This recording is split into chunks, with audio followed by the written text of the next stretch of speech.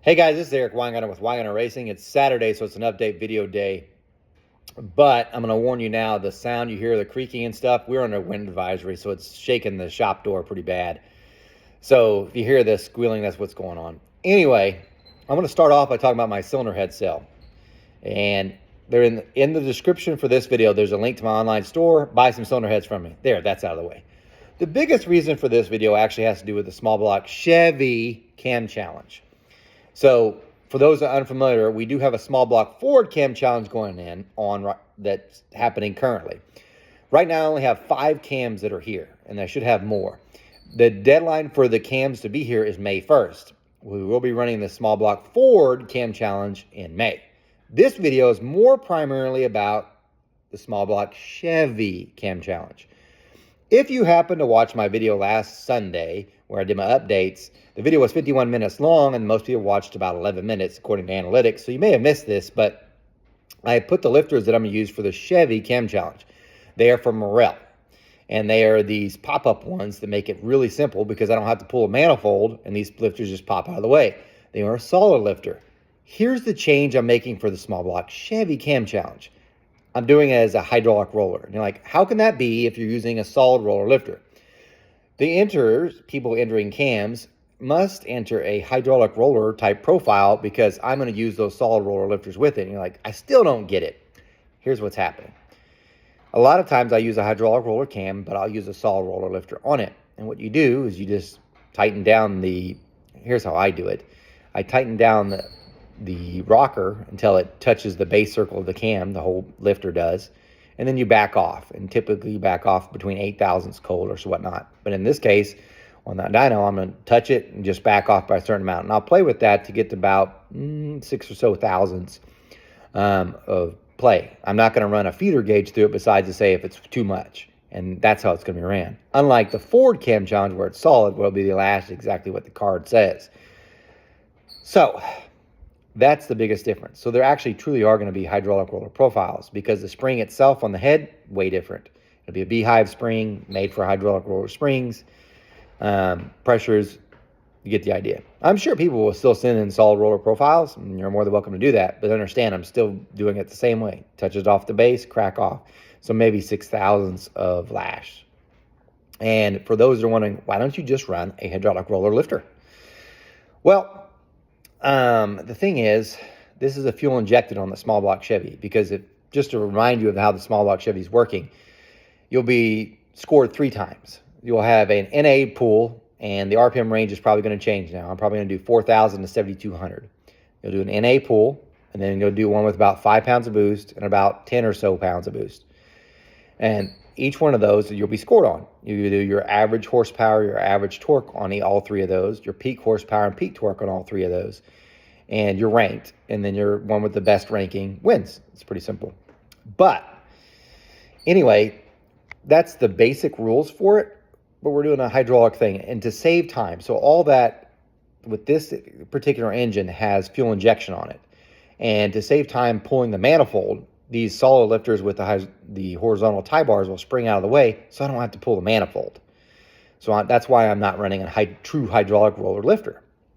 And I know some of you are already saying, well, there's a special tool with a magnet that they can use and it just pulls it up, because several of you sent me pictures or things or whatever for the small block Ford Cam Challenge. And the thing I need to tell you is it has to do with time. Your little magnet to pull up the lifters will take me longer to use than to just pull the manifold on the Ford, because the Ford has no water running through it. So all I have to do is undo the bolts that hold the manifold on, which I think are 12, and off comes the manifold and the 2 lines for fuel on the carb. That's it. As opposed to your magnet thing where it's going to take quite a bit just to make sure it's out of the way on all of them. It takes longer. So that's not what I want. On the Chevy, however, there's water running through the manifold. It would take quite a while, so hence the spring-loaded solid rollers. Works perfect. Here's the other big thing with this. You can now enter the small block Chevy Cam Challenge. Here's how you enter. My email is weingartenracing@gmail.com. What you have to do is you are going to email me why you want to enter the small block Chevy Cam Challenge and what you want to learn. And the reason for me even doing this, because on the LS, I let anybody, I just said, just tell me if you want to enter. You got balls, go ahead. And the people that said they had balls didn't have balls. They were neutered, evidently, and they didn't enter. And then you had people that entered to just want to see what their own cam would do. There's nothing wrong with that. And that worked out fine for that challenge. On the Ford, I did the same thing. I said, tell me why you want to enter. And some people thought you could make a fortune off this thing, which you can't. So I'm going to tell you the suspense. So I'm going to back up just a little bit, a little side story here, just so you understand before you go applying. On the LS Cam Challenge, the majority of the money came in from viewers, the donations. And I got a lot, I'm not going to lie. Enough so that I could pay for my entire dyno session, pay me to be off work, pay Gary and his guys extra just because I figured they were working hard. And Bobby, the winner, got $5,000. That's pretty good. That's the first time I've ever made money on any dyno session. Now to the Ford, because everybody's like, you should do Fords, you should do Fords, or you should do Mopars. It'd be in the same situation. The winner will walk away with $1,400. I have enough to pay for part of the dyno, well, pretty much the dyno bill. That part's paid for. However, out of my own pocket, because I had to buy stuff for this Ford to even make it happen for the engine to work, and I still don't have all the parts, so I'm fixing to buy something else. That's coming out of my pocket. Also, I'm not going to be paid for that week. There's not enough money in that to do it. So, yeah, when you talk about money-wise, you're not going to make money. I'm just going to tell you. LS worked out really, really well, and we made quite a bit. Do I think that the winner for the Chevy Cam Challenge will walk away with more money than the Ford guys? Probably, because you can probably get more donations. Although the window is shorter, so it's hard to say. When will it happen, and when is the deadline to apply? I don't know yet, because unlike what I did with the Ford, what I'm going to do is the Chevy, once it's up and running, and I have almost all pieces to put the Chevy together, which I'll show you in this video, because a huge thank you to Scat, because the rotating assembly came in, and it was badassery. They did a fantastic job. I cannot wait to show you that. That's all here. I got the heads, I got the manifold, I've got just about everything. Just little bitty pieces that are left. However, once the engine is put together, ran on the dyno for its initial run-in, then the deadline will be to have your applications in. But you can apply now, because some of you will get weeded out. So anyway, that's the Chevy Cam Challenge. Let me show you some of the parts that came in so you can see, because that's pretty much what this video is about.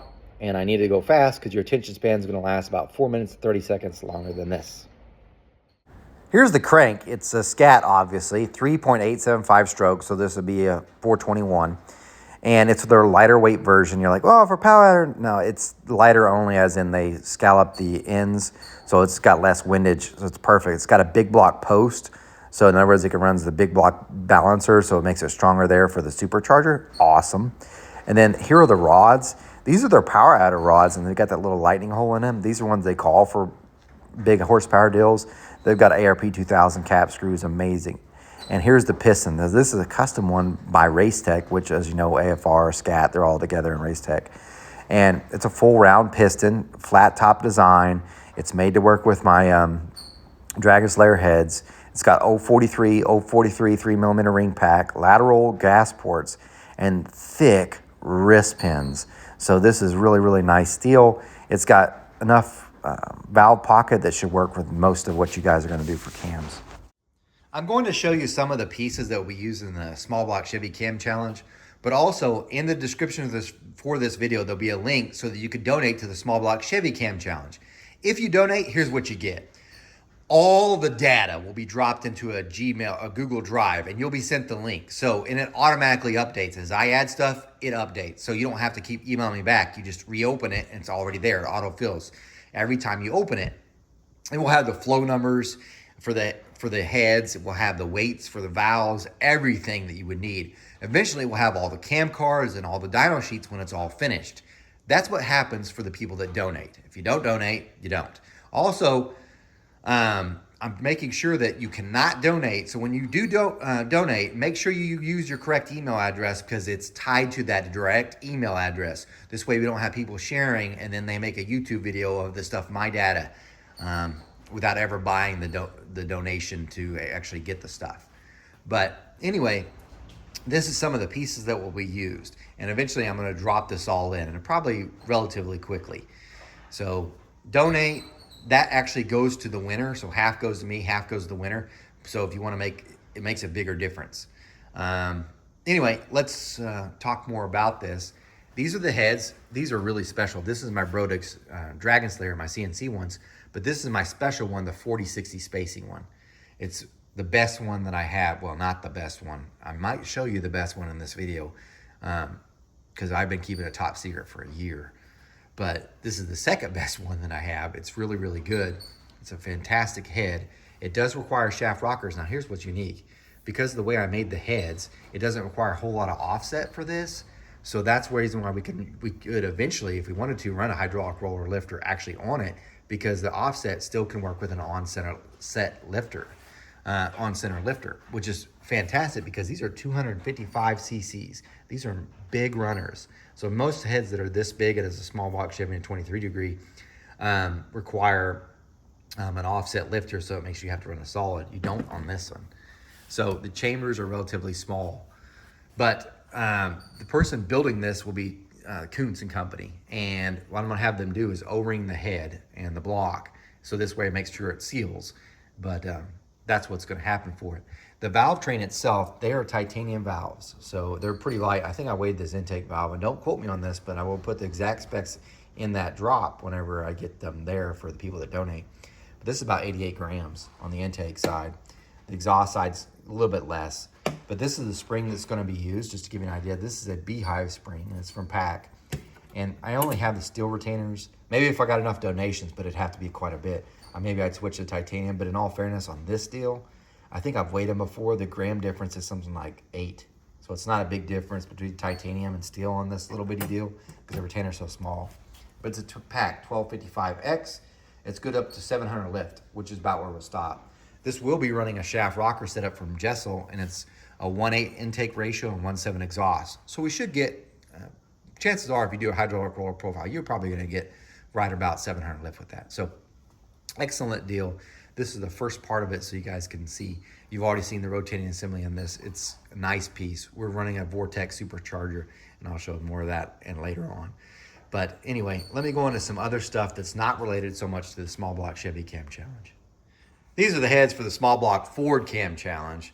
And last week I had them in the video, and I ain't done a single thing to them since this week. I've been just hooked up. And there's a manifold I should have already had ported this week, and I still haven't even touched it. I'm gonna try to get right on it today. It seems like everything just is taking forever this week. And then, like, if there's something that could go wrong, it went wrong.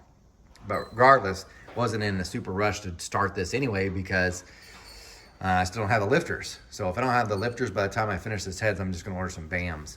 And that's what I mean. I've got more parts for the Chevy. I still don't even have the lifters for this thing. So yeah, even if I got this part done, I still can't get the engine together.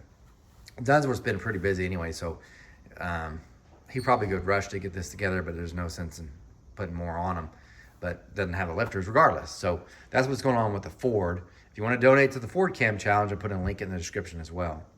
Okay, here's something else I wanted to show you. So for those that have forgotten, I have a 406 small block Chevy dyno mule, and it broke the block, and I'm getting a new one machined currently, and I've got high compression pistons going to go on it. But there's something I wanted to test, and I've been waiting to test. And I don't want to be like some of these manufacturers where they draw something up in CAD. It looks really fancy. They never really dyno tested it, but they'll say it's the best. It's better than ported stuff, blah, blah, blah, blah, blah. Never got dyno tested, and you're the guinea pig. I don't want to be that way for my customers. So here's what I did. So this is my standard Dragon Slayer, and I like it. This one requires shaft rocker. I've got one that doesn't. But because of the casting itself on the Dragon Slayers, they don't always clean up 100%. And I'm about to blow your mind on this in a second. But as you can tell, these are perfect, right? But you can see spots where I've already cleaned it up. Let me pull my light over here. This one's always the worst port. You can see where I've had to do the blending to make it right. It's just the way it is. Because that port, for whatever reasons, always has it that way, and you have to do some sanding just to make it look kind of clean. Hope you can kind of see where I've touched. Other than that, it's 100, it's great, right? So the catch though, it's always this port that's the worst, that gets that way. Now you would think, this is what's gonna blow your mind. I had ones that looked perfect, like almost perfectly CNC'd, followed the model exactly, and then I floated with this one that was slightly different because of course there's spots where it wasn't as clean. They flowed within 3 CFM. It looked like, visually you would think, no way, that's such a huge difference. It's gonna make a big difference. It made a 3 CFM difference. And in some spots it was better. So I was like, dang it. So one of the things I tested was I got this other casting from Brodix. Now this is one of their CNC ones. It's not a Dragon Slayer casting. And I put my program in it, and it's perfect on every one. I don't have to do any cleanup work whatsoever. It's 100% perfect. I don't have to dust them like I do the other one.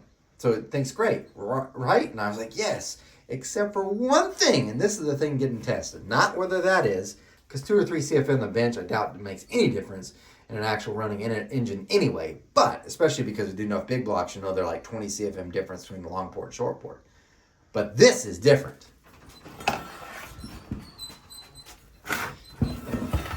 The Dragon Slayer, what makes it so good is its exhaust port's really great. I mean, they flow like 250 CFM. But if you look, it's raised up. This one is the other casting that I have from Brodix. It's not a Dragon Slayer casting. The exhaust port from here to here is shorter. So it's like down here. It's by about 200 thousandths. So this is more of like a lower port exhaust versus a raised port exhaust. So I had this digitized, and now I've got a program for this so I can have it perfectly clean up. So for those that are having a problem with header clearance, this will help. But this port flows 242 CFM versus 252. So it's about 10 CFM worse on the exhaust because of the shorter port height. The load flows are almost identical. It's really the more of the peak. So what I'm looking forward to do is when the small block Chevy dyno mule gets back together, this is one of the first ones going to be tested is this one. And then I'm going to put on one of these to see if the exhaust port height, having it raised up, and the 10 CFM more of flow makes any difference in power. Because they're really close. Like I said, that port there is 2 or 3 CFM off. But again, once you blow it on a single plane of manifold, it doesn't really matter anyway. They all flow different. But we're going to see if it makes any difference. So you can see like right there where it didn't get cleaned up. Right there, the little flash. It's just barely there as opposed to the CNC one. It's perfect. But anyway, I'm just curious to see. So that's the reason I want to try it first before I sell it to any customer. I still think, even though it visually doesn't look as great, and because I have to do some cartridge rolling, I really still think this is going to make more power because it flows more in the exhaust, even though the intakes are relatively close to the same. But I'm going to test that. I am excited, by the way, for this one anyway, because I'm also I've gone to 8. So on these, I've done 5/16 and 11/32. On this one, I've done strictly 8 millimeter. And on this one is because usually I do a 2/125 by 1.575, but on this it's 1.570 because I can use an AFR valve, which when I first came up with this, I was like, it's a fantastic idea. It will save me so much money. And then tariffs kicked in. So AFR raised their price, so that valve now is like more expensive than I had hoped. So it's like, crap. Well, at least one set of heads will have it in there. But anyway, good to see if it works. I'm going to go on a little on the rant here, so bear with me. I figure if you make it to the end of the video, you understand. This is my son, by the way. He made all-state swimming. There were only 9 boys on the east side of Oklahoma that made it. He was one. I am super proud of him that he made it. You know how I found out? Someone else told me, not my son. And you're like, what do you mean? No, my son knew for like a week and didn't tell me. Because he's like, it's not a big deal. It's just because I'm a senior. I'm like, no, it's not. That can't not be true. Because they only picked 9 people. That's not at all true. Because I asked, well, did any of the senior girls make it? Nope. He was the only swimmer from Broken Arrow that made the all-state team. But in his mind, he's like, it just picked me because. I'm like, no, son. He goes, what are they going to do? I'm the 8th fastest here. Of course I was going to make it. To me, it's a huge deal, and I was so proud of him that he even did it. So congratulations to him. And I say I raised Superboy, I truly did. The kid's great. But here's where my random rant goes off the rails. So in last week's video, I talked about how the Broken Arrow was going to lose their pool because of funding. And I said, football gets this nice stadium that kept getting redone. Then they got an indoor practice field in 2009. Then they got a second one in 2018. And then they got a band practice field. They got a whole tennis complex. And this whole time, we never got a pool. And one of the things I want to say with that is because pools save lives. So when you can learn to swim, it would save your lives. You wouldn't have to be a 40-something-year-old man like myself going to adult swim classes and being embarrassed out of your life. I don't go to swim classes. I go to attempted drowning classes because I don't think I'm swimming very well at all. That could all been avoided if that had a chance to swim when I was younger. Now, Enid did have a pool, but I didn't know that it existed. So I do think it's important to have a pool. I truly, truly do. That's me. And the other thing is, it was on the bond. So it said whenever we signed this bond in 2009 or whatever, the $295 million bond, one of the things it said was a pool. So when you voted for the bond, it was saying we're getting a pool. That's what they said. That was the first thing they built, was the football practice field. The last thing that now we're at almost the end of this bond, there's no pool. So that's why my frustration lies. And I know several of you say, well, football pays the bills and sells the tickets. That may be where you are, but that is not as quite of truth here. Broken Arrow, although it's the largest high school in Oklahoma, their football team sucks.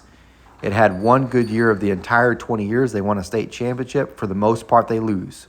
And I know you're thinking, well, wait a minute. Don't they make the playoffs every year? They do. In the first round loss, maybe second they'll go to. That's it. They don't go farther. And this is where I'm going to get further off in the weeds. The stands are never packed at a football game. I don't know that I've ever heard of them have a sellout crowd. Well, maybe one time whenever ESPN had them versus Union. You want to guess who won that one? Union. But for the most part, no. It's not at all hardly full. The ticket sales are pretty small. Meanwhile, every time I've been to a swim meet at Broken Arrow, the place is overflowed in capacity.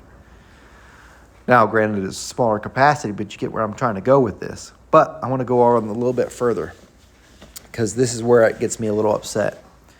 The football team sucks, but it's not because of the players necessarily. It's not because of the coaching. It's because of the years before they ever got to high school. So hear me out as I describe this situation, because I have a feeling this is across the nation and happens everywhere, not just in Broken Arrow. Broken Arrow's high school plays 11 players for football. They play both sides of the ball. 11 players on offense, play 11 on defense. There's a few exceptions, but for the most part, that's how it goes. We are the largest high school in the state, and you tell me you can't find 22 kids that could play and talented enough to play those positions? That we have to run them both ways. So this year we hired a better strength and conditioning coach, really to help just the 11 kids? The problem had nothing to do with that. So I taught for, like I said, 16 years here in Broken Arrow, and I taught fourth grade. On Fridays, we would go out and play Capture the Flag. Now, in my younger 20s, and I even did it till the time I quit teaching, I would play Capture the Flag with them.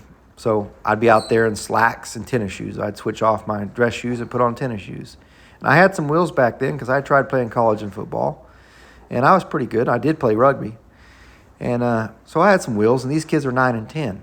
There are kids I know for certain could break my ankles because they could juke and get on and accelerate almost as fast as I could, a grown man. And not because I was old at that time. These kids were fast, all right? True talent. So I'm thinking this kid's going to go play high school football. Broken Arrow's about to see the best running back they ever had in their life. Had another kid who had an arm like you couldn't believe. That kid could throw a ball. And he could not only throw it, because anybody could throw things, right?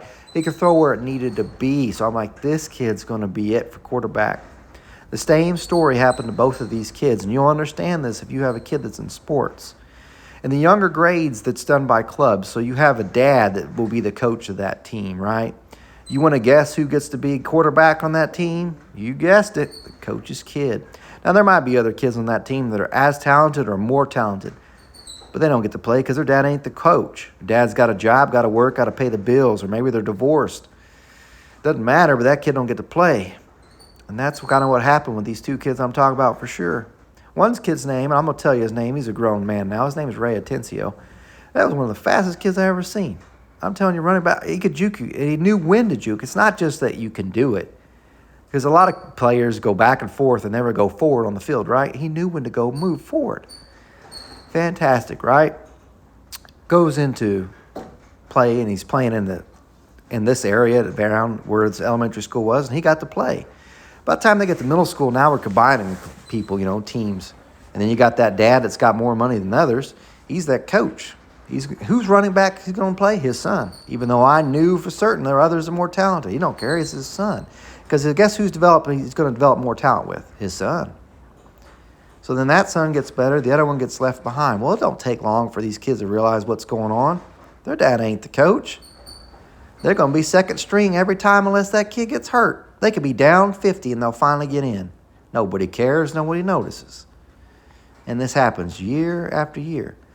By the time they get to the 9th grade center in Broken Arrow where they could actually start playing football, half those great talented kids are done because they never got to play anything but the bench because their dad wasn't the coach.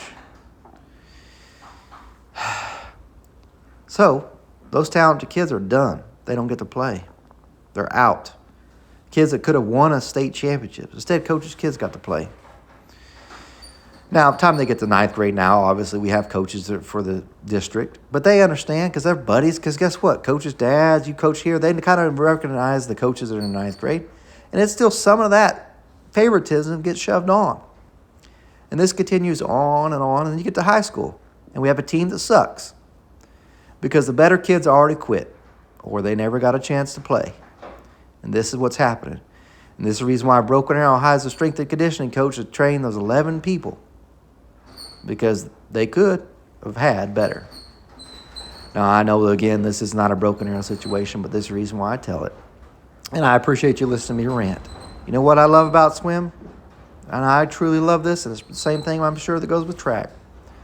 Because your coach's son, you be the coach of you coach the swim kid. Because every team has swim team has a coach, and they probably have a son, and they know their son probably still ain't the fastest. The greatest thing about swim is it doesn't matter that you're the coach's son. It just matters what the clock says. The clock never lies, just like in drag racing, and a reason why we like our racing. The clock tells the truth. The dyno tells the truth. It is what it is. And that's why I love swimming. Because I could see my son just working his tail off, getting faster and faster. How would you like to be if he'd worked his tail off, got better and better, and still sat on the bench? Not because someone was more talented, but because he's more favored.